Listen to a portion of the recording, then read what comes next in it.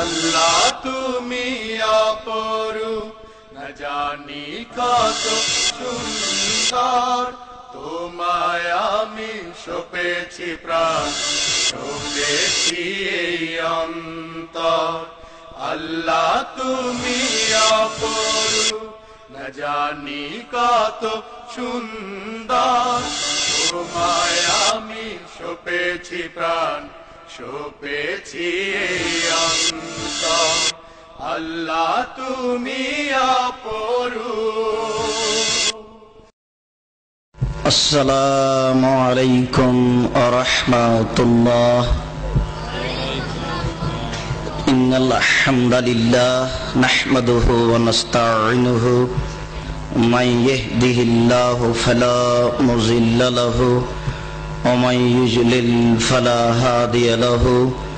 ওয়া আশহাদু আল্লা ইলাহা ইল্লাল্লাহু ওয়াহদাহু লা শারীকা লাহু وأشهد أن محمدا عبده ورسوله. أما بعد فأعوذ بالله من الشيطان الرجيم.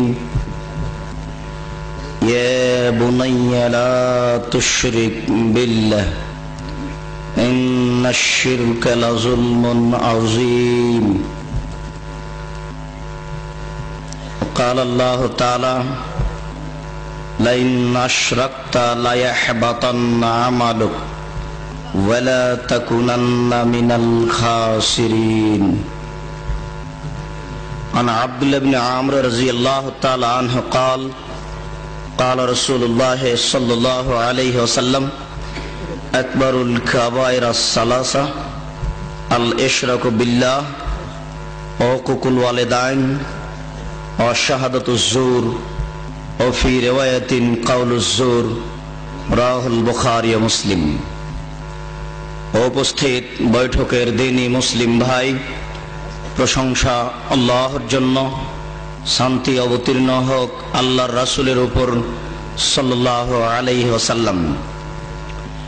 আজকের এই দিনই বৈঠকে বক্তব্যের বিষয় শিরক। শিরক সম্পর্কে এক গুরুত্বপূর্ণ তথ্যবহুল সংক্ষিপ্ত বিবরণের চেষ্টা করব ইনশাআল্লাহ। মনে রাখা ভালো হবে, দুনিয়াতে দুইটি বড় পাপ রয়েছে যা দুনিয়াতেই মানুষের ক্ষতি করে। অন্যান্য পাপ দুনিয়াতে তেমন ক্ষতি করে না। তার একটি পাপের নাম হচ্ছে শিরক। শিরক করলে মানুষের অতীতের নেকি নষ্ট হয়ে যায়। শিরক করলে আল্লাহকে হেয় তুচ্ছ করা হয়।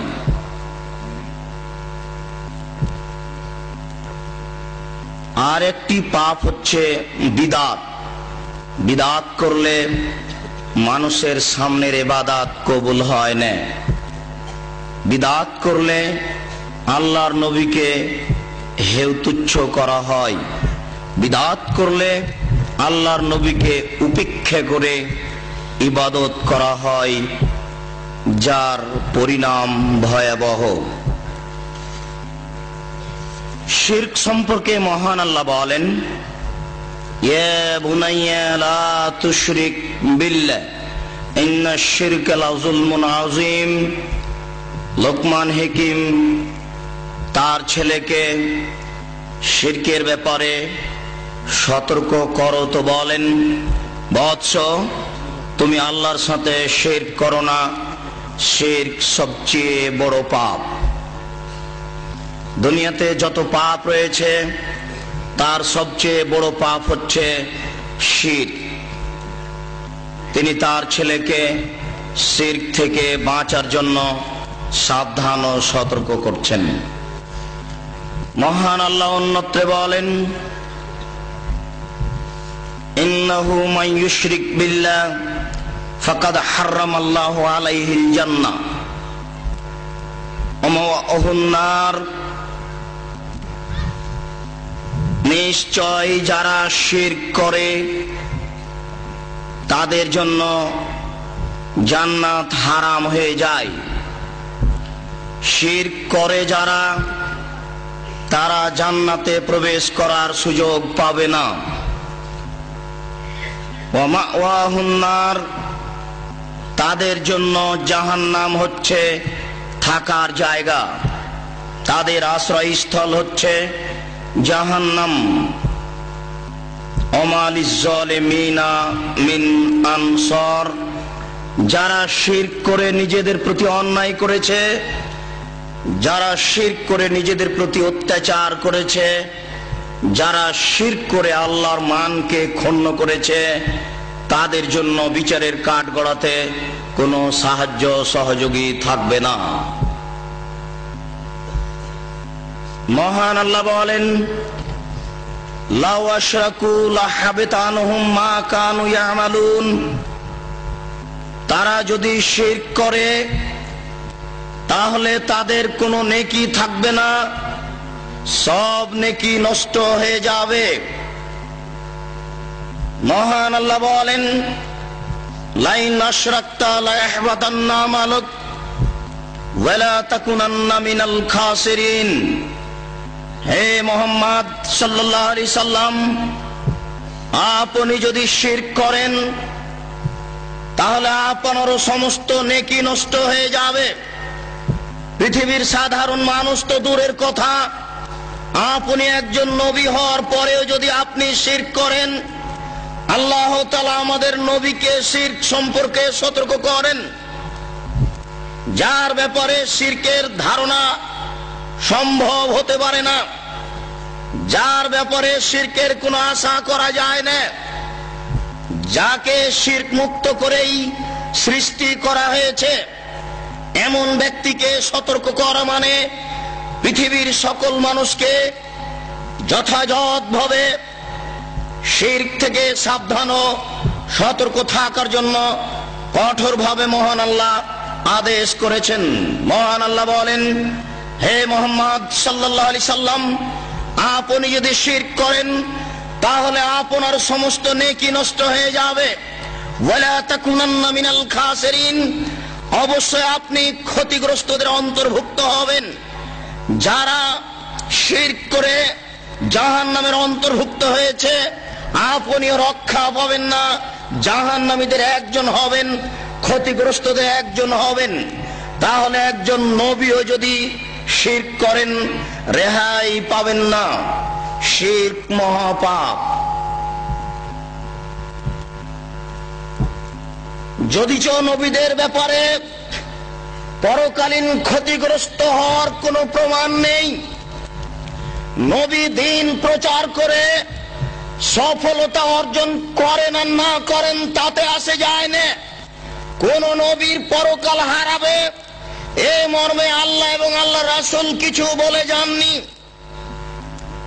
অনেক নবী এমন রয়েছেন যারা দ্বীন প্রচার করে সফলতা অর্জন করতে পারেননি।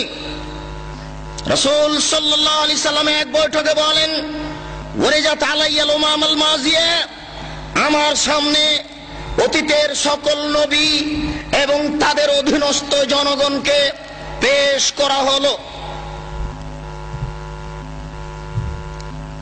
রায়তুন নবিয়া মা হুয়া রাহাত, তন্মধ্যে একজন নবীকে দেখলাম, তার সাথে কিছু লোক রয়েছে।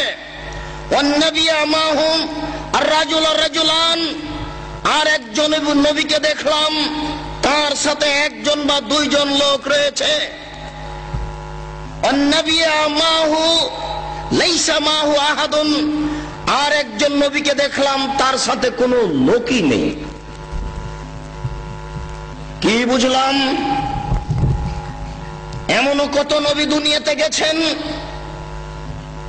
যারা একজন থেকে দুইজন লোককে হেদায়েত করতে পেরেছেন। দেশে শাসন ব্যবস্থা কায়েম করা তো বহু দূরের কথা,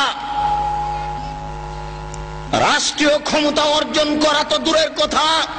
ওয়াল্লাহি, আল্লাহর কসম, ওয়াল্লাহি, আল্লাহর কসম, ওয়াল্লাহি, আল্লাহর কসম, এই ইসলামী রাজনীতি হচ্ছে আর দাওয়া সালাফিয়ে। অতীতের সাহাবী তাবেঈ যে দাওয়াত দিয়েছেন মানুষকে, শিরক থেকে ও বিদআত থেকে বাঁচতে বলেছেন। এটাই হচ্ছে রাজনীতি। এ ব্যতীত বিকল্প কোন রাজনীতিকে ইসলাম গ্রহণ করে না।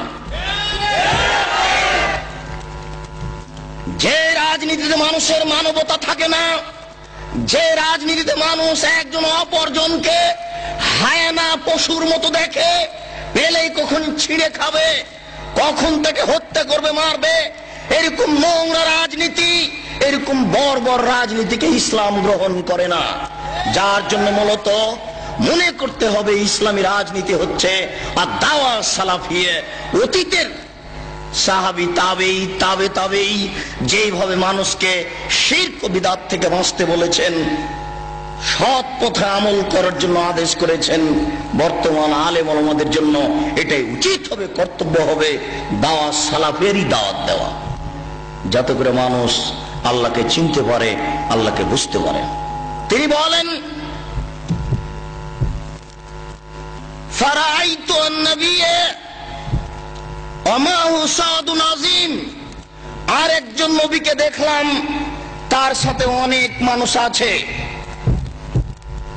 জানান্তু আন্নাহুম উম্মতি, আমি মনে করলাম এই লোকগুলি হতো আমার উম্মত। আমাকে বলা হলো না, হুয়া মূসা ওয়া কওমুহু, তিনি হচ্ছেন মূসা আলাইহিস সালাম এবং তার সম্প্রদায়। হাদিসের ভাষায় বোঝা যাচ্ছে যে মূসা আলাইহিস সালামের অনেক লোক অনুসারী হয়েছিল। তারপরে আরেকজন, তারপরে দেখলাম সাদুন আযীম, বড় একটা দল, কিলা আন্নাহুম উম্মাত, বলা হলো এরাই হচ্ছে আপনার উম্মত। ফীহিম রিজালুন ইয়াদখুলুনাল জান্নাহ বিগাইরি হিসাবিন ওয়ালা আযাবিন, ফীহিম রিজালুন সাবুন আলফ, তাতে ৭০,০০০ লোক রয়েছে যারা বিনা হিসাবে জান্নাতে যাবে, যাদের কোনো শাস্তি হবে না। আপনি যে আপনার অনেক জনগণ দেখছেন, আপনার জনগণের মধ্যে, আপনার উম্মতের মধ্যে ৭০,০০০ লোক রয়েছে যাদের কিয়ামতের মাঠে কোনো জিজ্ঞাসাবাদ করা হবে না, যাদের কোনো শাস্তি হবে না, হিসাব ছাড়াই এমনিতেই তাদেরকে জান্নাতে চলে যেতে বলা হবে। তারা কারা? লা ইয়াস্তারকুনা, যারা কোনোদিন ঝাড়ফুঁক করেনি, হক না হোক, হক ঝাড়ফুঁকও তারা গ্রহণ করেনি, না হোক ঝাড়ফুঁকও তারা গ্রহণ করেনি।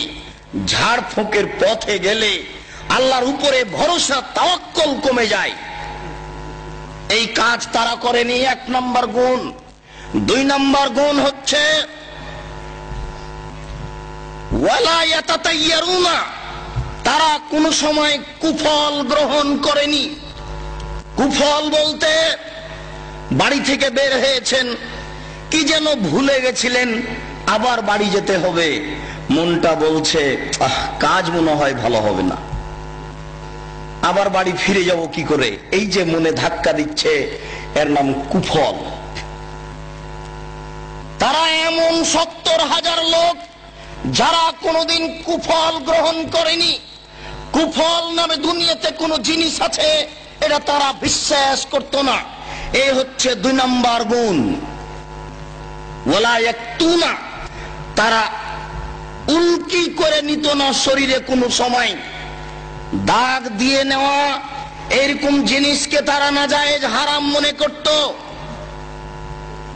অত্র বুখারী মুসলিমের হাদিসে বুঝাচ্ছিলাম, বহু নবী এমন চলে গেছেন যারা দাওয়াত দিয়েছেন কিন্তু কোনো মানুষকে হেদায়েত করতে পারেননি।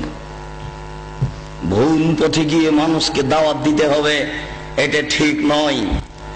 মিথ্যা কথা বলে জনসংখ্যা বেশি করতে হবে, এটা ঠিক নয়। নবীর যদি চলে, আমার কেন চলে না? জনগণকে আয়াতে নিয়ে আসা তো দূরের কথা, সারা জীবনে একটা লোককে হেদায়েত করতে পারেননি। বুখারী মুসলিমের হাদিসে এসেছে, আমি আরেকজন নবীকে দেখলাম, লাইসা মাহু আহাদুন, তার সাথে কোনো লোকই নেই, তিনি একাই। কি বুঝলেন এটা? অথচ তিনি একজন নবী। আমর রাদিয়াল্লাহু তাআলা আনহু বলেন, রাসূল সাল্লাল্লাহু আলাইহি সাল্লাম এক বৈঠকে বললেন, মনে রেখো আকবারুল কাবায়ের সালাসা, সবচেয়ে বড় পাপ তিনটি। তার মধ্যে এক নাম্বার বড় পাপ হচ্ছে আল ইশরাকু বিল্লাহ, আল্লাহর সাথে শিরক করা। আল্লাহর সাথে শিরক করলে আল্লাহকে হেয় তুচ্ছ করা হয়।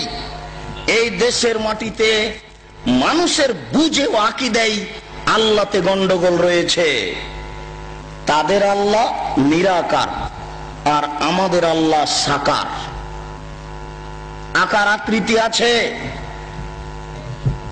তাদের আল্লাহ সর্বত্র বিরাজমান, পায়খানা ঘরেও থাকে, পেশাবখানাতেও থাকে, বাড়িতেও থাকে। আমাদের আল্লাহ থাকেন সপ্তম আকাশের উপরে। দেখেন আল্লাহতেও গন্ডগোল রয়েছে। মুকশাদুল মুমিনিন গ্রন্থে লেখা আছে, মানুষকে 130 ফরজ মানতে হবে। তার এক ফরজ হচ্ছে আল্লাহকে নিরাকার মানতে হবে। 3, 4, 5 এর এইসব মাদ্রাসা শিক্ষা বইগুলিতে লেখা আছে আল্লাহ হচ্ছেন নিরাকার। নাউজুবিল্লাহ, শত শত আয়াত রয়েছে যাতে প্রমাণ হচ্ছে আল্লাহর চক্ষু আছে, আল্লাহর কান আছে, আল্লাহর হাত আছে, আল্লাহর পা আছে। একাধিক আয়াত দ্বারা প্রমাণিত, সহিহ হাদিস দ্বারা প্রমাণিত। এরপরেও এক শ্রেণীর মানুষ নিজে ধ্বংসের পথে চলেছে, অপরকে ধ্বংসের দিকে টেনে নেওয়ার জন্য এরকম মন্তব্য করছে। নবীতেও গন্ডগোল। তাদের নবী হচ্ছে নূরের তৈরি আর আমাদের নবী হচ্ছেন মাটির তৈরি। তাদের নবী নূরের তৈরি, আমাদের নবী মাটির তৈরি। তৈরিগত হিসেবেই পার্থক্য। তাদের নবী মারা যাননি, জীবিত আছেন, আর আমাদের নবী মারা গেছেন। তারা তাদের নবী মারা গেছে কথা স্বীকার করে না, তাই তো তারা 12 রবিউল আউয়ালে যেখানে সেখানে ব্যানার দিয়ে বলে যে নবীজির আগমন, শুভেচ্ছা, স্বাগতম। নবী চলে আসেন, সাল্লাল্লাহু গাইতে গাইতে এক পর্যায়ে দাঁড়িয়ে যায়, ইয়া নবী সালাম আলাইকা, মানে নবী কবর থেকে বের হয়ে চলে এসেছে।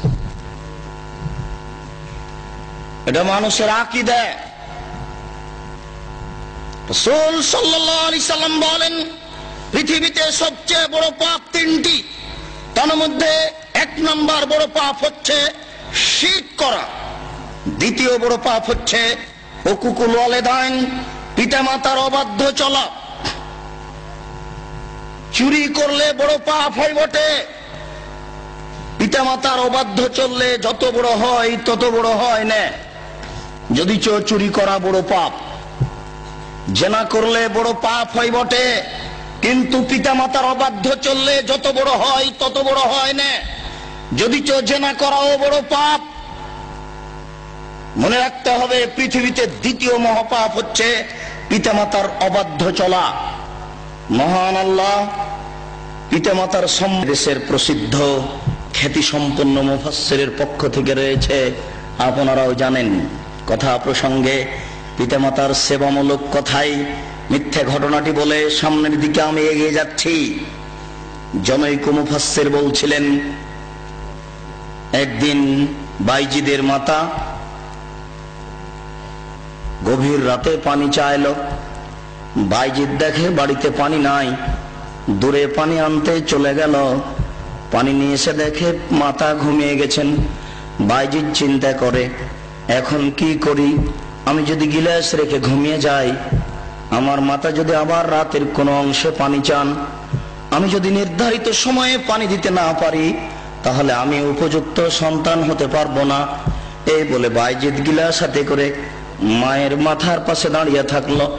সকাল হয়ে গেল, মায়ের ঘুম ভেঙে গেল। মা দেখেন পাশে বাইজিদ দাঁড়িয়ে আছে। বাবা বাইজিদ, তুমি কেন দাঁড়িয়ে আছো? আম্মা, আপনি সন্ধ্যা রাতে পানি চেয়েছিলেন, দেখি বাড়িতে পানি নাই, দূরে পানি আনতে চলে গেলাম। পানি নিয়ে এসে দেখি আপনি ঘুমিয়ে গেছেন। আমি চিন্তা করলাম গিলাস রেখে যদি ঘুমিয়ে যাই, আপনি যদি রাতের কোনো অংশে পানি চান, উপযুক্ত সময়ে পানি দিতে পারবো না, আমি উপযুক্ত সন্তান হতে পারবো না। এই জন্য আমি গিলাস হাতে করে আপনার মাথার পাশে দাঁড়িয়ে আছি, মা গিলাসটা হাতে করে পানিটুকু পান করে নিয়ে বাচ্চাকে শয়ে দিয়ে আল্লাহর দরবারে প্রার্থনা করতে লাগলেন, প্রতিপালক আমি বাইজিদের প্রতি সন্তুষ্ট হয়ে গেছি, তুমি বাইজিদকে কবুল করে নাও, বাইজিদকে বড় আলেম করে দাও। মায়ের দোয়া কবুল হয়ে গেল, বাইজিদ বড় আলেম হয়ে গেলেন। ঘটনা মিথ্যে। মায়ের দোয়া কবুল হয়ে যদি বাইজিদ বড় আলেম হতেন তাহলে বাইজিদ একথা বলতেন না। বইয়ে লেখা আছে বাইজিদ একদিন বলেন বাহাস্তুল্লাহ, আল্লাহকে আমি খুঁজলাম, কোথায় আল্লাহ, আইন আল্লাহ, আল্লাহ কোথায়, খুব খুঁজলাম, ফামাওয়াজাদতুহু, আল্লাহকে খুঁজে পেলাম না, ফায়জান আল্লাহ, দেখি আমি নিজেই আল্লাহ। বাইজিদ একদিন দেখেছে নিজেই আল্লাহ। তাহলে মায়ের দোয়া কবুল হলো কি করে? ভুল পথে কি মায়ের দোয়া কবুল হয়? তা হয় না। যারা এই বাউল ফকির এই জিকির প্রথা চালু করেছে তার কয়েকজন বড় হোতার একজন বাইজিদ, এক ইমাম গাজ্জালি, মনসুর হাল্লাজ, এরাই হচ্ছে এই আপনার অন্ধকারে জিকির নীতি চালু করেছে। তারাই বলেছে পীর মুরিদের 22টি নীতিমালা আছে, তার মধ্যে একটি নীতিমালা হচ্ছে মুরিদ থাকবে পীরের হাতে, মৃত্যু ব্যক্তি যেমন গোসল দাতার হাতে, গোসল দাতা মৃত ব্যক্তিকে ইচ্ছে মতো গোসল দেওয়াই। গোসল দাতা মৃত ব্যক্তির কোন জায়গায় কোন অঙ্গে হাত লাগালে মৃত ব্যক্তি কি বলতে পারবে যে আমি ইতস্তবোধ করছি বা লজ্জাবোধ করছি? এটা কি মৃত ব্যক্তির বলার ক্ষমতা আছে? মৃত ব্যক্তি যেমন কিছু বলতে পারে না, কিছু বলে না, ঠিক মুরিদও তেমন পীরের হাতে। পীর মুরিদকে ইচ্ছে মতো কাজে লাগাবে, ব্যবহার করবে। একটু যদি কিছু বলে তাহলে মুরিদই কেটে যাবে। এটা দেশে বাস্তবায়ন হচ্ছে, এটা মানুষ করছে, লাখো মানুষ এটা করে চলেছে। আমরা পিতা মাতার সেবার জন্য এরকম মিথ্যা কাহিনী জনগণের সামনে পেশ করতে চাই না। জাতির যদি বাড়িঘর করে দিতে না পারি, জাতির যদি রাস্তাঘাট করে দিতে না পারি, জাতির যদি স্কুল কলেজ করে দিতে না পারি, তাহলে জাতিকে চূড়ান্ত সঠিক ধর্ম দিতে পারবো, এতে আমরা বিশ্বাসী ইনশাআল্লাহ। ধর্মের নামে জাতিকে কোনোদিন ফাঁকি দিব না। ধর্মের নামে জাতিকে ফাঁকি দেওয়ার জন্য আমরা বাড়ি থেকে বের হইনি। এই বিষয়ে আপনাদেরকে বিশ্বাস রাখার জন্য, আস্থাবান হওয়ার জন্য, আস্থাশীল হওয়ার জন্য অনুরোধ করছি। আপনারা আমাদের প্রতি অন্তত শরীয়তের ব্যাপারে যথাযথ বিশ্বাস রাখেন, সফলতা অর্জন করবেন ইনশাআল্লাহ। আমরা পিতামাতার সেবার জন্য ওইরকম কথা বলতে চাই যে 3 জন লোক রাস্তা থেকে বের হলো, রাস্তায় বের হলো, বৃষ্টি আসার কারণে 3 জন এক গর্তে আটকা পড়লো। গর্তের মুখের উপর একটা পাথর চলে আসলো, পাথর সরিয়ে তারা বের হতে পারবে না। ভালো কাজ আল্লাহর দরবারে পেশ করে বিপদ থেকে বাঁচা যায়, ভালো কাজ আল্লাহর দরবারে পেশ করে বিপদ থেকে রক্ষা পাওয়ার চেষ্টা করা যায়। 3 জনের গর্তে আটকা পড়লে 3 জনের একজন বলল, আল্লাহুম্মা লি ওয়ালিদাইনি শাইখানে কবীরানে, প্রতিপালক আমার 2 জন অথর্ব অচল বৃদ্ধ পিতামাতা ছিলেন, তাদের চলার কোনো ক্ষমতা ছিল না। কুনতু আলাইহিম, আমি তাদের উপরে ছাগল চড়াতাম। সারাদিন ছাগল চড়িয়ে সন্ধ্যায় বাড়িতে এসে দুগ্ধ দহন করে আমার পিতামাতাকে আগে পান করাতাম, তারপরে আমার ছেলে মেয়েকে পান করাতাম। এটা আমার চিরাচরিত নীতি। কোনো একদিন কাছে ঘাস পাইনি, যার কারণে দূরে চলে যাই না, তাই তো হাত্তাম সাইতো, আমি ঠিক মতো আসতে পারিনি। আস্তে আস্তে সন্ধ্যা হয়ে গেছে, দুধ দহন করে নিয়ে এসে দেখি আমার পিতামাতা ঘুমিয়ে গেছে। আমি গিলাস হাতে করে মাথার পাশে দাঁড়িয়ে থাকলাম। আক্রাহন উকে যাহুমা, আমি খারাপ মনে করছি তাদের ঘুম থেকে জাগাই কি করে। আমি এটাও খারাপ মনে করছি আমার পিতামাতাকে ছেড়ে দিয়ে আমার বাচ্চাদেরকে আগে দুধ পান করাই কি করে। এটা আমি কোনোদিন করিনি, এটা আমার নীতির উল্টা। তাই আমি গিলাস হাতে করে আমার পিতামাতার মাথার পাশে দাঁড়িয়ে থাকলাম। আমার 2 পায়ের নিচে আমার ছেলেরা চিৎকার করতে থাকলো, আব্বা সারাদিন থেকে কিছু খায়নি, আমাদের খাওয়ার পান করার ব্যবস্থা করুন, আমরা খুব ক্ষুধার্ত। আপনার ছেলে যদি একটু চিৎকার করে উঠে, লাফ দিয়ে ওখানে গিয়ে কোলে তুলে বলেন, আম্মু কি হলো, আব্বু কি হলো। দেখেছেন ছেলে মেয়ে পায়ের নিচে চিৎকার করছে। তিনি বলছেন, দাবি অদাবহম হাত্তা তালাল ফজর, প্রতিপালক আমি বিপদে পড়ে তোমার দরবারে বলছি, আমি ওই পিতামাতার মাথার পাশে গিলাস নিয়ে যখন দাঁড়িয়ে থাকি, ওই সময় আমার ছেলে মেয়েরা চিৎকার করছিল, তারা চিৎকার করতে থেকেছে, আমি গিলাস নিয়ে দাঁড়িয়ে থেকেছি। থাকতে থাকতে সকাল হয়ে গেছে। ফাইন কুনতা তাআলাম, তুমি যদি মনে করো ইন্নী ফালতু যালিকা লিইবতাগি ওয়াজহিকা, আমি এই কাজটা করেছি একমাত্র তোমাকে সন্তুষ্ট করার জন্য, আমি তোমার সন্তুষ্টি অর্জনের জন্য এই কাজ করেছি। সারা রাত আমার ছেলে মেয়ে চিৎকার করতে থেকেছে, আমি সারা রাত গিলাস নিয়ে দাঁড়িয়ে থেকেছি, এতে শুধু তোমার সন্তুষ্টি চাই। আজকে বিপদে পড়েছি, ওই সন্তুষ্টির বিনিময়ে তুমি আজকে আমাকে গর্তের মুখ থেকে, এই গর্ত থেকে রক্ষা করো। আল্লাহ তাআলা গর্তের মুখ থেকে পাথর সরিয়ে দিলেন। বুখারী মুসলিমের হাদিস। এতে থেকে আপনাকে কি দিলাম? আপনি আপনার পিতামাতার কি করবেন? আপনি আপনার পিতামাতার কি করতে পারেন? ছোট ছেলেকে সবাই আদর করতে পারে, বাচ্চা ছেলেকে চুমো সবাই খেতে পারে, বৃদ্ধ পিতামাতা পেশাব পায়খানা বিছানে করছে, এরকম পিতামাতাকে ছেলের মতো আদর করতে পারে কয়জন? এটা একটা পরীক্ষা। ওই সময়তে পিতামাতাকে খুব ভালো লাগে না, খারাপ লাগে। আর আবার এদিকে বিরুদ্ধে আছে স্ত্রী, ও মোটেই চায় না। ও বলে, তোমার পিতামাতাকে আমি দেখতেই পারি না, ওদের দেখলে আমাকে খারাপ লাগে। সেবা করা তো দূরের কথা, এখন আপনি কি করবেন? জান্নাতের মূল হচ্ছে এরাই। আল্লাহর নবী বলেছেন, তোমার মায়ের পায়ের নিচে জান্নাত। এ হাদিস সহিহ। আল্লাহর নবী বলেছেন, তোমার মায়ের পায়ের নিচে জান্নাত। সাখাতুর রব্বে সাখাতুল ওয়ালিদাইন, পিতামাতা যদি সন্তুষ্ট থাকেন আল্লাহ সন্তুষ্ট, জান্নাত পাওয়া যাবে। পিতামাতা যদি অসন্তুষ্ট থাকেন তাহলে আল্লাহ অসন্তুষ্ট, জান্নাত পাওয়া যাবে না।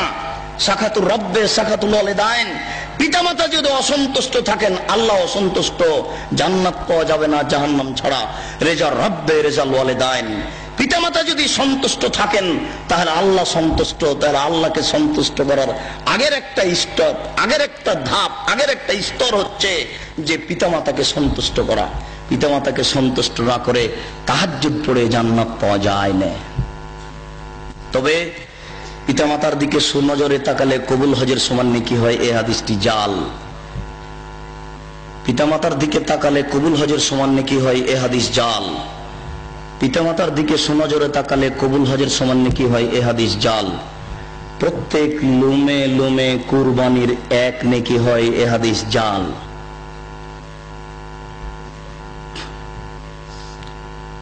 জাল হাদিস আছে, এই দুনিয়াতে বিশ্বাস রাখতে হবে। ইবাদত করার পূর্বে সতর্ক সাবধান থাকতে হবে কোন হাদিসের প্রতি আমল করা যাবে কি যাবে না। স্বামীর সেবায় জান্নাত পাওয়া যায়, স্বামীর পায়ের নিচে জান্নাত এ কথা নয়।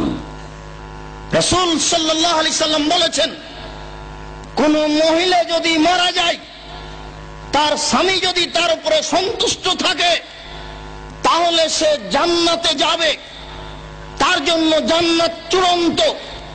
আল্লাহর নবী বলেছেন, মান সামাত সাহারাহা, কেউ যদি রমজান মাসের সিয়াম পালন করে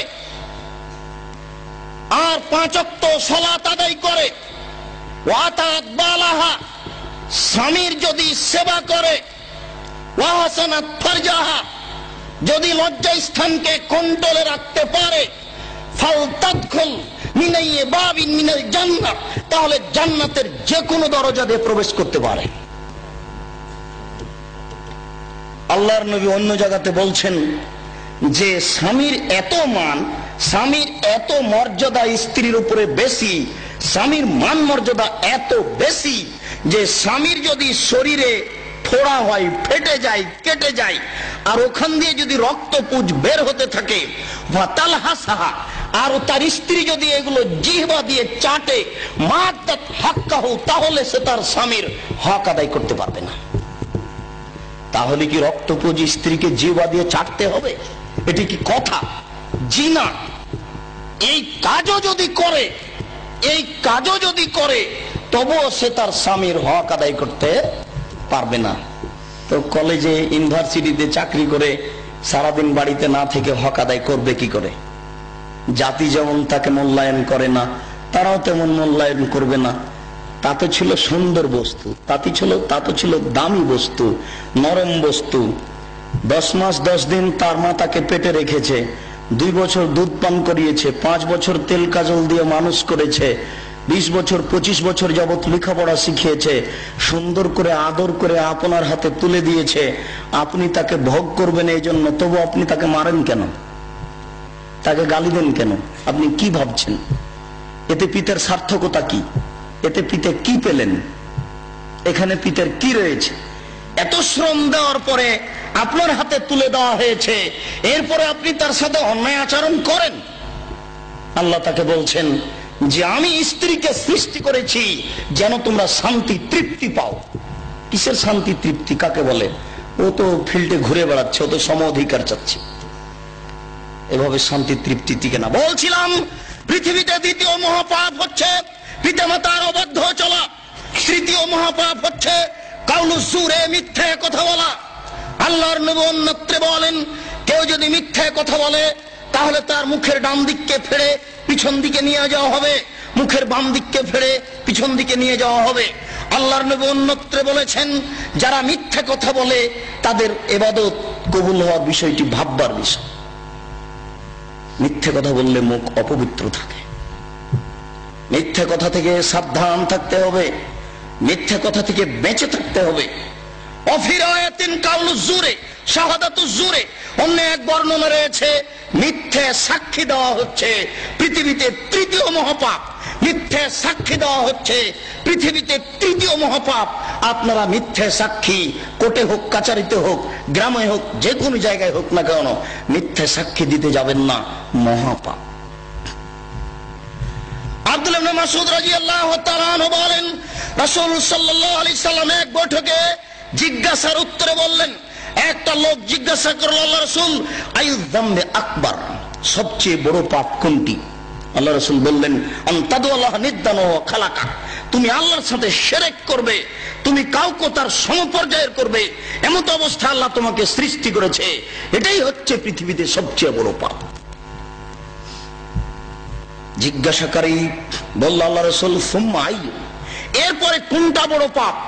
আল্লাহ রাসূল বললেন, আন তাকতুলা ওয়ালাদাকা খাসিয়াতা ইয়াতামামা, তুমি খাদ্যের ভয়ে তোমার সন্তানকে হত্যা করবে, এটাই হচ্ছে পৃথিবীতে দ্বিতীয় মহাপাপ। খাদ্যের ভয়ে, সুখী সংসারের আশায় তোমার ছেলে মেয়েকে হত্যা করবে, এটাই হচ্ছে দ্বিতীয় মহাপাপ। মনে রাখা ভালো হবে, খাদ্যের ভয়ে ছেলে হত্যা করা হারাম। খাদ্যের ভয়ে সুখী সংসারের আশায় ছেলে হত্যা করা মহাপাপ। মহান আল্লাহ বলেন, লা তাকতুলু আওলাদাকুম খাশিয়াতা ইমলাক নাহনু নারযুকুহুম, তোমরা খাদ্যের ভয়ে সন্তান হত্যা করো না, রুজি আমি দিয়ে থাকি, রুজি আমি দিই, খেতে আমি দিই, খেতে দেওয়ার বিষয়টি তোমার হাতে আমি দিইনি, আমি রিজিক দিয়ে থাকি, আমি রুজি দিয়ে থাকি, কিভাবে দিব সেটা আমার ব্যাপার। কেউ গরিব থাকবে না দুনিয়াতে, সবাই ধনী হয়ে যাবে। মানুষ যদি মানুষের উপরে চড়ে থাকে তবুও মানুষ ধনী হয়ে যাবে, এই কথা আল্লাহর নবী বলেছেন। এই জন্য খাদ্যের ভয়ে সন্তান হত্যা করা মহাপাপ। মনে রাখা ভালো হবে, রাসূল সাল্লাল্লাহু আলাইহি সাল্লাম বলছেন, একটা গাভীর দুধ খাবে 1 গ্রাম। গাভীর দুধ হতো আগে হাফ কেজি থেকে 3 কেজি, এখন একটা গাভীর দুধ হয় 3 কেজি থেকে 40 কেজি। আল্লাহ রাসূল বলছেন একটা গাভীর দুধ খাবে 1 গ্রাম। আল্লাহ রাসূল বলছেন একটা ডালিম খাবে 1 বংশ। একটা ডালিম ছিল 1 ছটাক ওজনের, এখন একটা ডালিম হচ্ছে 1 কেজি ওজনের। একটা ডালিম খাবে 1 বংশ। পৃথিবীতে এত অর্থ সম্পদ বেশি হয়ে যাবে, আল্লাহর নবী বলছেন বসাতাত আলাইকুম দুনিয়া কামা বসাতাত মান কানা ক্বাবলাকুম, পৃথিবী তোমাদের এইভাবে তুলে ধরা হবে, নাও খাও, কত খাবা খাও। কিভাবে খাবো না, শুধু খালি টাকা আর টাকা, শুধু খালি অর্থ সম্পদ আর অর্থ সম্পদ, বৈধ অবৈধ অসংখ্য উপার্জনের পথ। কে কত টাকা ইনকাম করবে, সবাই ইনকামের প্রতিযোগিতায় নেমে গেছে। এখন কিন্তু আপনারা দেখতে পাচ্ছেন সবাই ইনকামের প্রতিযোগিতায় নেমে আছে। সাথে সাথে সন্তান কমালে দুইটা লস হয়, মনে রাখবেন। সন্তান কম নিলে ইহকালীন একটা লস, পরকালীন একটা লস। আল্লাহ বলেছেন, নবী বলেছেন সন্তান বেশি হলে টাকা বেশি হয়। আল্লাহ বলেছেন, নবী বলেছেন ছেলে মেয়ে বেশি হলে টাকা বেশি হয়। আল্লাহ বলেছেন, নবী বলেছেন ছেলে মেয়ে বেশি হলে টাকা বেশি হয়। তাহলে ছেলে মেয়ে কম হলে অর্থ সম্পদ কম হবে, ছেলে মেয়ে কম হলে অর্থ সম্পদ কম হবে। এটা হচ্ছে ইহকালীন লস। আর পরকালীন একটা লস হচ্ছে, আল্লাহর নবী বলেছেন ছেলে মেয়ে যদি বাল্য অবস্থায় মারা যায়, যুবক হওয়ার পূর্বে মারা যায়, তাহলে কিয়ামতের কাঠগড়াতে পিতামাতার কাপড় ধরে আল্লাহকে বলবেন, প্রতিপালক আমার বাপ মাকে জান্নাতে দেওয়ার পূর্বে আমরা জান্নাতে যাব না। বেঁকে বসবে, একেবারে বেঁকে বসে বলবে, প্রতিপালক আমার পিতামাতাকে জান্নাতে না দেওয়ার পূর্ব পর্যন্ত আমরা জান্নাতে প্রবেশ করব না। এখন আপনার ছেলে মেয়ে তো মাত্র দুইজন, কয়জন মরে কয়জন থাকে? তাহলে পরকালীন বড় ধরনের লস। আপনাকে যদি জিজ্ঞাসা করি আপনারা কয় ভাই বোন, তাহলে বলবেন 4 বোন 5 ভাই, না হয় 3 বই 7 ভাই। আপনারা অনেক, কিন্তু আপনার ছেলে মেয়ে 2টা বা 3টে, একই কথা। আমাকে জিজ্ঞাসা করেন, আর 5 জনকে জিজ্ঞাসা করেন, সবাই বলবে যে আমরা 8-10 জন ভাই বোন, আমরা 5-7 ভাই বোন। এখন আপনার বিষয়টা আমার বিষয়টা জিজ্ঞাসা করলে কমে এসেছে, তো তাদের চলে আমাদের চলে না। ভুল। সন্তান কম নিলে 2টা লস হবে। রাসূল সাল্লাল্লাহু আলাইহি সাল্লামকে জিজ্ঞাসাকারী বললেন, আল্লাহর নবী সুম্মা আইয়ুন, এরপরে মহাপাপ কোনটি? আল্লাহ রাসূল বললেন, আমতাজনি হালিলাতা জারি, তুমি তোমার প্রতিবেশীর সাথে জেনা করবে, এটা হচ্ছে 3য় মহাপাপ। প্রতিবেশীর সাথে জেনা করা মহাপাপ, এর অর্থ এই নয় যে দূরের মহিলার সাথে জেনা করা ছোট পাপ, এটা নয়। প্রতিবেশীর সাথে জেনা করলে ডবল পাপ হয়, প্রতিবেশীর সাথে জেনা করলে ডবল পাপ হয়। প্রতিবেশী মানে মহিলার স্বামী সৌদি আরব চাকরি করতে গেছে, কথার কথা। তাহলে ওই মহিলা ও আপনার আমানতে আছে, আপনি তার বাজার করে দিবেন, রাস্তাঘাটের কোনো সুবিধা অসুবিধা দেখবেন, সমস্যা দূর করার চেষ্টা করবেন, কেননা ও আপনার আমানতে আছে। এই সুযোগে আপনি তার সাথে জেনা করলেন, তাহলে এক হলো আমানতের খেয়ানত, আর এক হলো জেনা। ডবল 2টা পাপ বড় বড় জমা হয়ে গেছে। এই জন্য আল্লাহ রাসূল বলছেন প্রতিবেশীর সাথে জেনা করা 3য় মহাপাপ। এমনিতে জেনা মহাপাপ। তিনি বলেন, আল বিক্র বিল বিক্রে জিলদু মিয়া ওয়া তাগরিবু সানা, অবিবাহিত ছেলে মেয়ে যদি জেনা করে তাহলে তাকে 100 লাঠি পিটিয়ে 1 বছরের জন্য এলাকা থেকে তাড়িয়ে দিতে হবে। রাসূল সাল্লাল্লাহু আলাইহি সাল্লাম বলেন, আস্তাইবু বিসাইব আর রাজমু, বিবাহিত নারী পুরুষ যদি জেনা করে তাহলে তাকে ঢেল দিয়ে পাথর দিয়ে দুনিয়া থেকে মেরে ফেলতে হবে, তার বেঁচে থাকার কোনো সুযোগ নাই। হাদিসের অনেক অংশের একটু ছোট অংশ, যাতে আমরা তুমি গ্রামে দিয়ে গ্রামের সম্প্রদায়ের একজন মহিলা রাসূলের নিকট আসলো, এসে বলছে, আল্লাহ রাসূল তাহেরনি, আমাকে পবিত্র করেন। আল্লাহ রাসূল বলেন, ইরজাই, তুমি বাড়ি ফিরে যাও, আস্তাগফিরিল্লাহ, আল্লাহর নিকটে ক্ষমা চাও, ও তুবি ইলাইহি, তুমি তওবা করো, তোমার পাপ ক্ষমা হয়ে যাবে। তখন মহিলা বলে, আতুরাদ্দুনি কামা রাদাদ্দা মাইজ ইবনে মালিক, যেভাবে আপনি মাইজ ইবনে মালিককে ফিরিয়ে দিয়েছিলেন ওইভাবে কি আমাকে ফিরিয়ে দিতে চাচ্ছেন? অন্নাহ হুবলা মিনাজ জিনা, আমার পেট উঁচু হয়েছে, অবৈধ সন্তানে দয়া করে আমার বিচার করে দেন। আল্লাহ রাসূল একটু থেমে বলছেন, ঠিক আছে, ইরজাই হাত্তা তালিদি, তুমি বাড়ি চলে যাও, যেদিন তোমার বাচ্চা হবে সেই দিন আসিও, তোমার বিচার করে দিব। মহিলা এভাবে বাড়িতে চলে গেল। যেদিন সন্তান হলো, সেই সবেমাত্র হয়েছে সন্তান, এই সন্তান নিয়ে বিচারালয়ে উপস্থিত। আল্লাহর নবী, এই যে সন্তান জন্ম নিয়েছে আপনি বিচার করে দেন। আল্লাহ রাসূল একটু থেমে বলছেন, আচ্ছা ঠিক আছে, তুমি বাড়ি যাও, বাচ্চাকে দুধ পান করাও, যেদিন বাচ্চা দুধ ছেড়ে দিবে সেদিন নিয়ে আসিও, তোমার বিচার করে দিব। মহিলা বাচ্চা নিয়ে বাড়ি চলে গেল, বাচ্চাকে 2 বছর যাবত দুধ পান করালো। 2 বছর পরে বাচ্চা নিয়ে বিচারালয়ে উপস্থিত। ও ফিয়াদেহি কাসরাত খুবজিন, এমত অবস্থায় বাচ্চার হাতে এক টুকরা রুটি রয়েছে। এই রুটি প্রমাণ করে যে বাচ্চা খাদ্য খেতে পারে। বাচ্চা নিয়ে বিচারালয়ে উপস্থিত আল্লাহর নবী। বাচ্চার বয়স 2 বছর হয়েছে, আপনি বিচার করে দিন বাচ্চা এখন খাদ্য খেয়ে থাকতে পারে। বাচ্চাটা আল্লাহ রাসূল হাতে নিয়ে একজন মুসলমানের হাতে সমর্পণ করলেন এবং বললেন, ইযহাবু বিহা আহফিরুল্লাহ আলা সাদরিহা ফারজিমুহা। সঙ্গী সাথী, তোমরা একে মাঠে নিয়ে যাও, মাঠে নিয়ে গিয়ে গর্ত খুঁড়ে বুক পর্যন্ত পুঁতে দাও, এরপরে চতুর্দিক থেকে ঢেল ইট পাথর মেরে মেরে দুনিয়া থেকে বিদায় করে দাও। সাহাবীরা বলছেন, রাসূলের আদেশ অনুপাতে আমরা তাকে মাঠে নিয়ে গেলাম, মাঠে নিয়ে গিয়ে একটা গর্ত খুঁড়লাম, গর্ত খুঁড়ে বুক পর্যন্ত পুঁতে দিয়ে চতুর্দিক থেকে ঢেল পাথর মারতে লাগলাম। খালিদ বিন ওয়ালিদ বলেন, আমি একটা তার মুখের উপরে পাথর মারলাম, ফাতানাজ্জাহ দামাল খালিদ, পাথরটা মুখের উপরে লেগে মুখ ফেটে রক্ত ছিটে এসে খালিদের গায়ে লাগলো। খালিদ তাকে গালি দিয়ে বসলেন। আল্লাহ রাসূল বলছেন, মাহলেনা খালিদ, খালিদ থামো, একে গালি দিও না। লাকা তাবাত লাউ তাবাস সাইবু মাকসিন লা গফিরা লাহু। পাপী যদি এরকম তোবা করে তাহলে তার পাপকে ক্ষমা করা হবে। মহিলা এত বড় তোবা করেছে, মহিলা এত তোবা করেছে, মহিলা এত একনিষ্ঠ ভাবে ভয় ভীতি নিয়ে আল্লাহর দরবারে ক্ষমা চেয়েছে। এরকম ক্ষমা যদি বড় থেকে বড় পাপী চাই তবুও তাকে ক্ষমা করা হবে। আল্লাহর নবী বুঝতে পেরেছিলেন মহিলার ক্ষমা হয়ে গেছে। আল্লাহর নবী বুঝতে পেরেছিলেন মহিলা অনুতপ্ত হয়েছে। এরপরেও বিচার রক্ষা হলো না, এরপরেও বিচার রক্ষা হয়নি। অন্যায় প্রকাশ হয়ে গেলে তার বিচার হবেই চূড়ান্ত। যদি জেনা ঘরে ঘরে হচ্ছে, জেনা মানুষের কাছে কোনো বড় ব্যাপার নয়। বলছিলাম পৃথিবীতে 3য় মহাপাপ হচ্ছে প্রতিবেশীর সাথে অন্যায় ভাবে জেনা করা।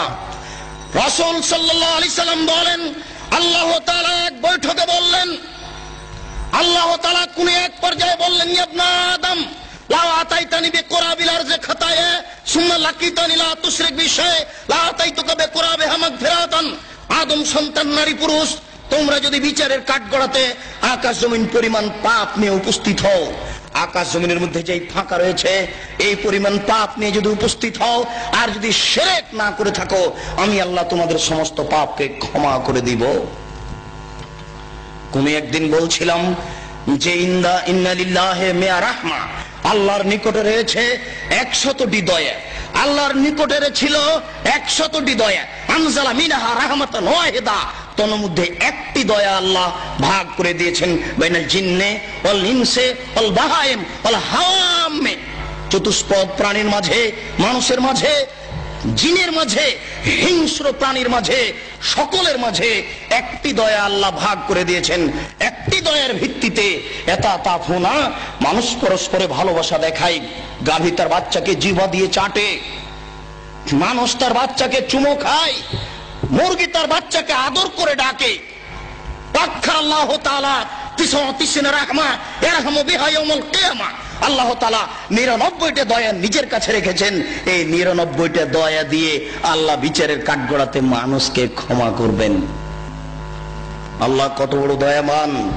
আল্লাহর দয়াকে আদম করে না, আদম সন্তান আল্লাহর দয়ার 5 পয়সা দাম দেয় না। ওমর রাদিয়াল্লাহু তাআলা আনহু বলেন, একদা আল্লাহ রাসূলের নিকটে একদল বন্দী মানুষ আসলো। বন্দী মানুষের মধ্যে একজন মহিলা ছিল। মহিলা এমন ছিল মনে হচ্ছে যেন তাহাল্লাবু সাদিওহা তাসা, মহিলা ছুটাছুটি করছে তার বাচ্চার জন্য। তার স্তনে দুধ বেশি হয়ে গেছে, দুধ বাচ্চা খায়নি, মনে হচ্ছে যেন দুধ স্তন থেকে বয়ে পড়ে। এমত অবস্থায় মহিলা তার বাচ্চাকে পেয়ে নিল। ফাখাজাতু, পেয়ে তাকে ধরে নিল। ওয়াল সাকাতু বিবাতনিহা, ধরে তাকে পেটের সাথে জড়িয়ে নিল। ওয়ারজাতু, তার বাচ্চাকে দুধ পান করালো।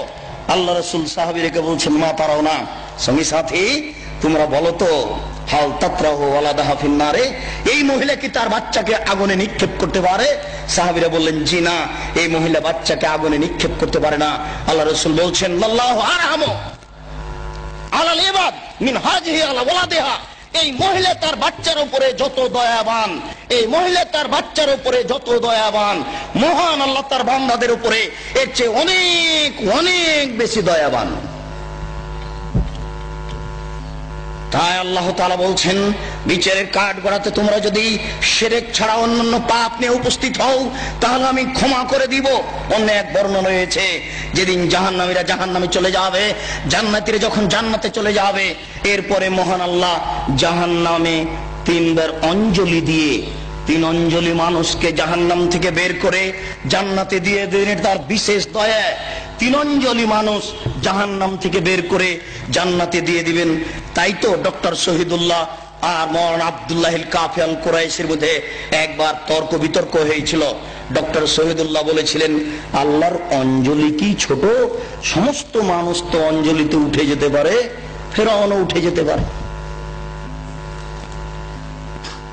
মৌলানা আব্দুল্লাহ কাফি আল কুরাইশি বলেছিলেন, জি না, ঈমান থাকে না যার, অঞ্জলিতে আসার সুযোগ হবে না তার। ঈমান থাকে না যার, অঞ্জলিতে আসার সুযোগ হবে না তার। বলছিলাম, মহান আল্লাহ কিয়ামতের মাঠেও মানুষের প্রতি দয়া করবেন।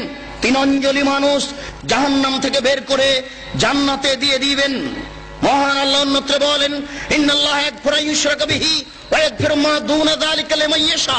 শিরক ছাড়া যত পাপ রয়েছে সমস্ত পাপ ক্ষমা করা হবে, শিরকের পাপ ক্ষমা করা হবে না। শিরক মহাপাপ, শিরক বড় পাপ। শিরক করলে আল্লাহকে অপমান করা হয়, শিরক করলে আল্লাহকে হেয় তুচ্ছ করা হয়, শিরক করলে অতীতের নেকি নষ্ট হয়ে যায়। কয়েকটি শিরক রাসূলুল্লাহ সাল্লাল্লাহু আলাইহি সাল্লাম ফিয়াদ রাজুলিন হালকা, একদা আল্লাহর নবী এক লোকের হাতে দেখলেন তামার বালা। তামার বালা দেখে আল্লাহ রাসূল বললেন, মা হাজিহি, কি তোমার হাতে তামার বালা কেন? লোকটি বলল, হাজিহি মিনাল ওয়াহিনা, আমার শরীরে দুর্বলতা রয়েছে, আমি দুর্বল মানুষ, এটাকে দূরে করার জন্য তামার বালা ব্যবহার করি। আল্লাহ রাসূল বললেন, ইনজিহা, তুমি একে খুলে ফেলো, লা তাজিদুকা ইল্লা ওয়াহানান। এই তামার বালা তোমার গায়ে থাকলে, হাতে থাকলে তোমার রোগী বেশি হবে, তুমি আরোগ্য লাভ করতে পারবে না। শোনো, লাউ মুত্তা ওয়া হিয়া আলাইকা মা আফলাতা ইয়াউমাল কিয়ামা, এই তামার বালা যদি তোমার হাতে থেকে যায় আর তুমি যদি মারা যাও, তাহলে কিয়ামতের মাঠে তুমি রক্ষা পাবে না, তোমাকে জাহান্নাম যেতে হবে। এই মাইকের আওয়াজ যত দূর পর্যন্ত যাচ্ছে, সকল মুসলিম ভাই ও বোনকে বলছি, আপনার হাতে যদি কারো এরকম তামার বালা থাকে, সৌদি আরব থেকে হাজী সাহেবেরা ঘড়ির মতো বালা যদি নিয়ে এসে দেখে দিয়ে থাকে, রোগ ভালো হবে বলে তাকে এই মুহূর্তেই খুলে ফেলুন। রাতে মারা গেলে মুসলমান হয়ে মারা যাবেন, থাকা অবস্থায় মারা গেলে মুশরিক হয়ে মারা যাবেন। আল্লাহকে অপমান করে জান্নাত লাভ করা যায় না।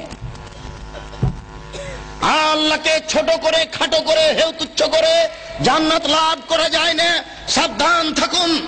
রাসূল সাল্লাল্লাহু আলাইহি ওয়াসাল্লাম এক বৈঠকে বললেন, ইন্নার রুকা ওয়াত তামাইম ওয়াত তাওয়ালা শিরকুন, নিশ্চয় ঝাড় ফুঁক করা শিরক, গলায় তাবিজ ঝোলানো শিরক, স্বামী স্ত্রীর মধ্যে ভালোবাসা সৃষ্টি করার যে কোনো কৌশল শিরক। কোরআন মাজিদের আয়াত দিয়ে ঝাড়ফুঁক করা যায়, হাদিসের দোয়া পড়ে ঝাড়ফুঁক করা যায়। আজ হতে আপনারা যদি কোনো জায়গাতে কারো কাছে তেল পানি পড়ে নেন, তাহলে আগে জিজ্ঞাসা করবেন, মুন্সি সাহেব, মৌলভী সাহেব, আপনি যে আমাকে তেল পড়ে দিবেন, পানি পড়ে দিবেন, কি বলবেন? যদি উনি হাদিসের দোয়া পড়েন, কোরআন মাজিদের আয়াত পড়েন, তাহলে আপনি পানি পড়ে নিতে পারেন, অন্যথা আপনিও মুশরিক, সেও মুশরিক, পরকাল হারিয়ে যাবে। রাসূল সাল্লাল্লাহু আলাইহি সাল্লাম বললেন, গলায় তাবিজ ঝুলানো শিরক, মান তাআল্লাকা তামিমা ফাকাদ আশরাকা, কেউ যদি তাবিজ ঝুলাই তাহলে ও শিরক করলো। যে কোনো তাবিজ, যে কোনো মাদুলি, কোরআন মাজিদের আয়াত লিখে তাবিজ ঝুলালে ডবল অন্যায় হয়।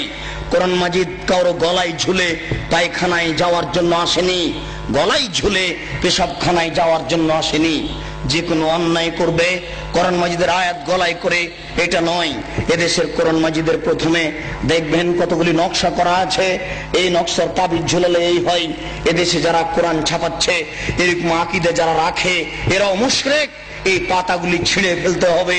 এরকম কোরআন ছাপায় যারা, তাদের বিরুদ্ধে যতদূর শক্তি প্রয়োগ করা সম্ভব তা করার জন্য চেষ্টা করতে হবে।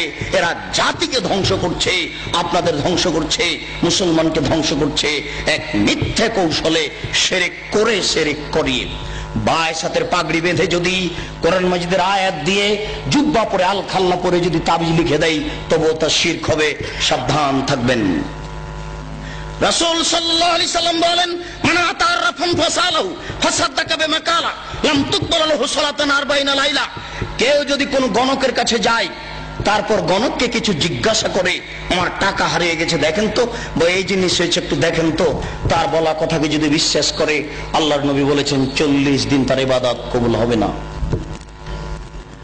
40 দিন তার সালাত কবুল হবে না। গণকের কাছে যায় যারা, তারা মুশরিক। আল্লাহ রাসূল বলছেন, মান আতা আররাফান ফাসালাহু, কেউ যদি গণকের কাছে আসে, এরকম লোকের কাছে আসে, ভাগ্য পরীক্ষা করে, তার হারিয়ে যাওয়া জিনিসকে জানতে চায়, তাহলে ও কোরআন মাজিদকে অস্বীকার করলো, মুহাম্মদ সাল্লাল্লাহু আলাইহি সাল্লামকে নাকচ করে দিল, ও যেন নবীকে অস্বীকার করলো, কোরআন মাজিদকে অস্বীকার করলো। মহা পাপী, বড় পাপী যারা এরকম করে, যারা গণকের কাছে যায়, তারা বড় মুশরিক। সাবধান থাকতে হবে। রাসূল সাল্লাল্লাহু আলাইহি সাল্লাম বললেন, মান হালাফা লিগাইরিল্লাহ ফাকাদ আশরাকা, কেউ যদি আল্লাহ ব্যতীত অন্যের নামে কসম খায় তাহলে শিরক করলো। কেউ যদি আল্লাহ ব্যতীত অন্যের নামে কসম খায় তাহলে শিরক করলো। কেউ যদি দুই চোখের কসম খায় তাহলেও সে মুশরিক। কেউ যদি মায়ের কসম খায় তাহলেও সে মুশরিক। মায়ের কসম খাওয়া যায় না, কোরআন মাজিদে হাত রেখে কসম খাওয়া যায় না, মসজিদে ঢুকে কসম খাওয়া যায় না, ছেলের মাথায় হাত রেখে কসম খাওয়া যায় না, ছেলের মাথায় হাত রেখে কসম খাওয়া শিরক। এইভাবে হাত চালিয়ে ভাগ্য পরীক্ষা করা শিরক। টিয়া পাখির মাধ্যমে ভাগ্য পরীক্ষা করা শিরক। হাতের দাগ দেখে ভাগ্যের কথা বলা শিরক। রাত্রে ঘরের আবর্জনা ঝাড়ু দিয়ে বাইরে নিক্ষেপ করা যায় না, এই মন্তব্য শিরক। রাত্রে গাছের ফল পাড়া যায় না, এই ধারণা শিরক। রাত্রে মানুষকে বাকি দোকানের জিনিস বাকি বিক্রয় করা যায় না, দেওয়া যায় না, এই ধারণা শিরক। রাত্রে মানুষকে জিনিস কর্জ দেওয়া যায় না, এই ধারণা শিরক। সকালে সকালে দোকানের জিনিস বাকি বিক্রয় করা যায় না, এই ধারণা করা শিরক। অপবিত্র অবস্থায় ঘর ঝাড়ু দেওয়া যায় না। আপনার স্ত্রী, আপনার বৌমা অপবিত্র অবস্থায় ফরজ গোসল না করে ভাত রান্না করতে পারে না, ঘর ঝাড়ু দিতে পারে না, এইগুলি ধারণা করা শিরক।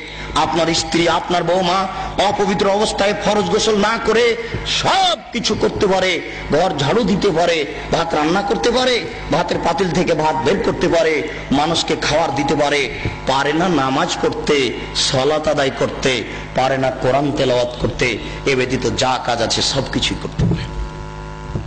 দিনাজপুরের জনৈক হেডমাস্টার আমাকে বলছেন, আব্দুর রাজ্জাক সাহেব, একটা গোপন জিজ্ঞাসা আপনার কাছে করছি, মনে কিছু নিয়েন না। আমরা অপবিত্র অবস্থায় রাত্রে ঘুম থেকে উঠে বা বিছানা থেকে উঠে হাতে রুমাল জড়াই। হাতে রুমাল জড়ানোর পরে ওই যে দরজাতে যে খিল আছে, বন্ধ করা আছে খিল, ওটা বুঝেন কি? ওই খিলটা হাতে গামছা জড়ানো অবস্থায় খুলি, কেননা এ হাত যদি কাঠের সাথে লেগে যায় তাহলে কাঠ অভিশাপ করবে। একজন হেডমাস্টারের কি আকীদা! তারপরে বললেন, এই যে বাড়ির বাহির পর্যন্ত, স্যান্ডেল পর্যন্ত চকি থেকে নিয়ে এখানে চটছালা বিছিয়ে রেখেছি, অপবিত্র অবস্থায় যদি পা মাটিতে রেখে দিই তাহলে মাটি অভিশাপ করবে, এই জন্য বিছানা থেকে স্যান্ডেল পর্যন্ত চটছালা বিছিয়ে রেখেছি, চটছালার উপর দিয়ে গিয়ে স্যান্ডেল পরবো। একজন মাস্টারের আকীদা এরূপ। এই দেশে এরকম আকীদা চলে। গরুকে লাথি মারা যায় না, এই ধারণা শিরক। ধানের উপর দিয়ে জুতা পায়ে দিয়ে হাঁটা যায় না, এই ধারণা শিরক। হাত থেকে গ্লাস পড়ে গেলে কুটুম্ব আসতে পারে, এই ধারণা শিরক। ঘরের উপরে কাক ডাকছে, কেউ আসতে পারে, এই ধারণা শিরক। তুলসীর গাছ উঠিয়ে ফেললে বা তুলসীর গাছ ভেঙে ফেললে বা তাতে লাথি মারলে ক্ষতি হতে পারে, এই ধারণা শিরক। এমন দুনিয়াতে কাজ ও কর্ম আছে যেগুলি করলে এই হতে পারে, এই হতে পারে, এরকম নামে যত মন্তব্য আছে এইগুলি সব শিরকের অন্তর্ভুক্ত। সাবধান থাকুন। রাসূল সাল্লাল্লাহু আলাইহি সাল্লামের ভাষায় বোঝা যাচ্ছে ছবি ও মূর্তি হচ্ছে শিরকের উৎস। আল্লাহ রাসূলের কথাই বোঝা যাচ্ছে ছবি ও মূর্তি হচ্ছে শিরকের উৎস। আলী রাদিয়াল্লাহু তাআলা আনহু বলেন, রাসূল সাল্লাল্লাহু আলাইহি ওয়াসাল্লাম এক বৈঠকে বললেন, আলী লা তাদু তিনসালান ইল্লা তামাস্তাহু ওয়ালা কাবরান মুশরিফান ইল্লা শাওয়াইতাহু। আলী, তুমি ছাড়বে না কোনো উঁচু কবর, সবকে ভেঙে সামান করে দাও। আলী, তুমি ছাড়বে না কোনো ছবি মূর্তি, সবকে ভেঙে খান খান করে দাও, চৌচির করে দাও। বাড়িতে যে নেতা নেত্রীর ছবি ঝুলে রেখেছেন, এরকম ছবিকে সম্মান করা শিরক। পিতামাতার যে ছবি আপনি বাড়িতে ঝুলে রেখেছেন, এরকম ছবিকে সম্মান করা শিরক, ছবিকে মূল্যায়ন করা শিরক। আপনার ছেলে মেয়ের পাসপোর্ট সাইজের ছবি রেখে, আপনার ছেলে মেয়ের লেখাপড়ার জন্য, পরীক্ষা দেওয়ার জন্য পাসপোর্ট সাইজের ছবি রেখে বাড়িতে যত ছবি আছে অ্যালবামের সমস্ত ছবির মুখের উপরে লাথি মেরে সবকে ছিঁড়ে চৌচির করে দিতে হবে, পানিতে আগুনে পুড়িয়ে দিতে হবে, পানিতে ফেলে দিতে হবে। একে মূল্যায়ন করা যাবে না। 1971 সাল থেকে নিয়ে আজ পর্যন্ত এদেশের মাটিতে যত মূর্তি তৈরি করা হয়েছে সমস্ত মূর্তিকে ভেঙে খান খান করে দিতে হবে, চৌচির করতে হবে। আপনি না পারলে আপনার ছেলে করবে, আপনার ছেলে না পারলে তার ছেলে করবে। কেউ যদি ভাঙতে না পারে তাহলে যেদিন ঈসা আলাইহিস সালাম আসবেন সেদিন এদেশের ছবি মূর্তিকে লাথি মেরে ভেঙে চৌচির করে দিবেন। সেদিন কোনো মায়ের বেটা ঠেকাতে পারবে না। কেন? আল্লাহ রাসূল বলেছেন, আদখুলুল ইসলাম ফি কুল্লি বাইতি মাতারিন ওয়া বারিন ওয়া ইজ্জি আজিজিন ওয়া জুল্লি জালালিন। প্রত্যেক ইটের বাড়িতে ইসলাম প্রবেশ করবে, প্রত্যেক খড়ের বাড়িতে ইসলাম প্রবেশ করবে, শহরের বাড়িতে ইসলাম প্রবেশ করবে, গ্রামের বাড়িতে ইসলাম প্রবেশ করবে। সম্মান সহকারে না হয় অপমান সহকারে সবাই যদি ইসলাম মেনে নেয় তাহলে মর্যাদার হানি হবে না। আর যদি ইসলাম না মানে তাহলে পিটিয়ে ইসলাম গ্রহণ করতে বাধ্য করা হবে, ব্যক্তিকেই পিটিয়ে বাধ্য করা হবে। তাহলে ছবি মূর্তিকে সে সম্মান দেবে কি করে? ছবি মূর্তিকে সম্মান করা শিরক, মূল্যায়ন করা শিরক। আজ এখান থেকে উঠে বাড়িতে ঢুকে শোকে যে যত পুতুল আছে, যত ছবি মূর্তি আছে, আপনার আমেরিকা থেকে আনা যদি সোনার হরিণ হয় তবু লাথি মেরে ভেঙে চৌচির করতে হবে। ওকে মূল্যায়ন করা যাবে না। ছবি মূর্তিকে মূল্যায়ন করা শিরক। জন্মদিবস পালন করা শিরক, মৃত্যু দিবস পালন করা শিরক, 16 ডিসেম্বর পালন করা শিরক, 21শে ফেব্রুয়ারি পালন করা শিরক, 26শে মার্চ পালন করা শিরক, পহেলা বৈশাখ পালন করা শিরক, কবরে ফুল চড়ানো শিরক, শহীদ মিনারে ফুল চড়ানো শিরক। 21শে ফেব্রুয়ারি যদি সারা বাংলাদেশের নারী পুরুষ পায়ের জুতা খুলে হাতে ফুল নিয়ে বরকতের কবরে দেয়, শহীদ মিনারে দেয়, তাহলে কি তারা বরকতের 1 পয়সা উপকার করতে পারবে? পারবে না। এই জন্য এরকম জাতিকে আমরা শিক্ষিত জাতি বলি না, এরকম হেডমাস্টারকে আমরা শিক্ষিত বলি না। এরকম জাতির, এরকম হেডমাস্টারের নিপাত হোক, এটাই আমরা চাই। যার দ্বারা জাতি উপকৃত হতে পারে না, যে শিক্ষিত সমাজের দ্বারা জাতি কবরে যায়, জাতির পরকাল হারায়, ওরকম শিক্ষিত সমাজ আমরা চাই না। আমরা চাই শিরক বিদআত মুক্ত সমাজ। যে শিরক বিদআত মুক্ত সমাজে আল্লাহকে সন্তুষ্ট করতে পারবো। অনেক সময় পাপ করলেও আল্লাহ ওরকম অসন্তুষ্ট হন না। শিরক করলে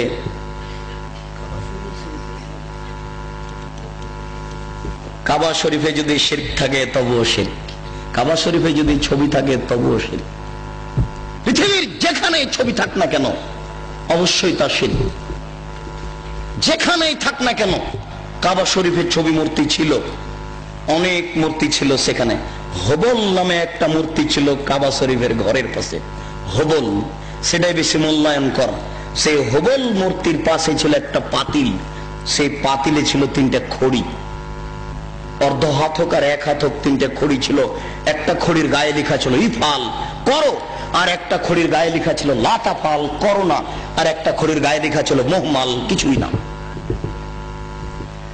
তারা ছেলে মেয়ের বিবাহ দিলে বা কোনো সফর করতে চাইলে বা কোনো পদক্ষেপ কাজের গ্রহণ করতে চাইলে ওই পাতিলের ভিতরে হাত ঢুকিয়ে খড়ি বের করত। যদি ওই খড়ি বের হয়েছে যাতে লেখা আছে ইফাল, করো, তার মানে হবল মূর্তি বলে দিল এ আল্লাহ, নকল আল্লাহ, নাউজুবিল্লাহ বলে দিল যে তোমরা কাজ করো। আল্লাহ বলে দিল করতে, এখন তারা করবে, নাউজুবিল্লাহ। যদি ওই খড়ি বের হয় যাতে লেখা আছে লা তাফাল, করো না, এখন ওদের নকল আল্লাহ বলে দিল যে এই কাজ করতে হবে না, মেয়ের বিবাহ দিতে হবে না, তারা করবে না।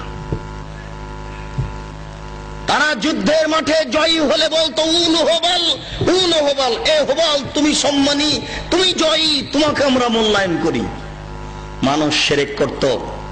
মহান আল্লাহ বলেন জাল হক এসেছে সত্য, ওয়াজাহাকাল বাতিল চলে গেছে মিথ্যা, ইন্নাল বাতিলা নিশ্চয় মিথ্যা, কানা যাহুকা চিরদিন মিথ্যা।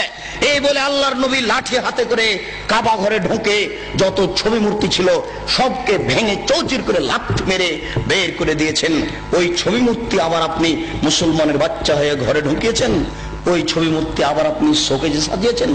আপনার গোশতের মধ্যে ঢুকে আছে মূর্তি ভাঙা নীতি, আপনার রক্তের মধ্যে ঢুকে আছে মূর্তি ভাঙ্গা নীতি। আপনি মূর্তি ভাঙ্গা জাতি, আপনি মূর্তি ভাঙ্গা সম্প্রদায়, আপনি মূর্তি উপরে লাথি মারা সম্প্রদায়। আপনি মূর্তিকে মূল্যায়ন করেন কি করে? মূর্তিকে আপনি মূল্যায়ন করতে পারেন না। পরের অংশটুকুর সংক্ষিপ্ত কথা, রাসূল সাল্লাল্লাহু আলাইহি সাল্লাম এক বৈঠকে বলেন, লানাল্লাহু মান আওয়া মুহদাসান, কেউ যদি বিদআতকে আশ্রয় দেয় তাহলে তার উপরে অভিশাপ।